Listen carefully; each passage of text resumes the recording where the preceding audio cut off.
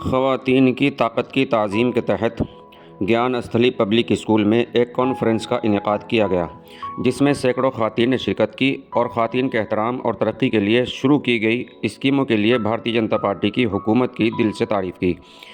Conference میں مہمان خصوصی بی جے پی ضلع صدر ڈاکٹر سدھیر کمار سینی نے وزیر اعظم نریندر مودی کی طرف سے خواتین کے احترام اور خواتین کو بااختیار بنانے کے لیے شروع کی گئی مختلف اسکیموں کے بارے میں تفصیلی جانکاری دی۔ انہوں نے وضاحت کی کہ حکومت ہند نے خواتین کی ترقی کے لیے تمام محکموں میں 33% ریزرویشن کو منظوری دی ہے۔ اس ریزرویشن سے خواتین کی ترقی اور انہیں مکمل طور پر بااختیار بنانے میں مدد ملے گی۔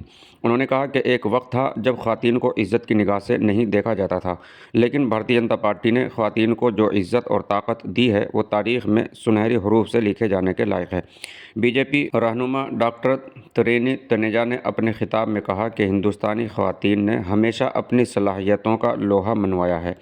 انہوں نے مزید کہا کہ اگر خواتین صحت مند رہیں اور اپنا اور اپنے خاندان کا خیال رکھیں تو وہ معاشرے اور ملک کی خدمت میں سب سے آگے ہوں گی۔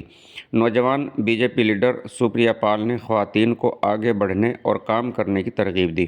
انہوں نے کہا کہ آج خواتین ہر میدان میں اپنی قابلیت کا ثبوت دے رہی ہیں اور حکومت ہند بھی خواتین کو عزت بااختیار بنانے اور ان کا احترام کرنے کے لیے متعدد پروگرام اور اسکیمیں چلانے میں مصروف ہے۔ اس کے علاوہ M L C Vandana Sharma, سابق ضلع پنچایت صدر ڈاکٹر رام نگر اور دیگر نے اپنے خیالات کا اظہار کیا اور خواتین کے احترام کے لیے حکومت کی جاری اسکیموں کی ستائش کی۔ پروگرام کی صدارت بی جے پی کے ضلع صدر سوریا سینی نے کی اور ڈاکٹر طاہر قریشی نے نظامت کے فرائض انجام دیے۔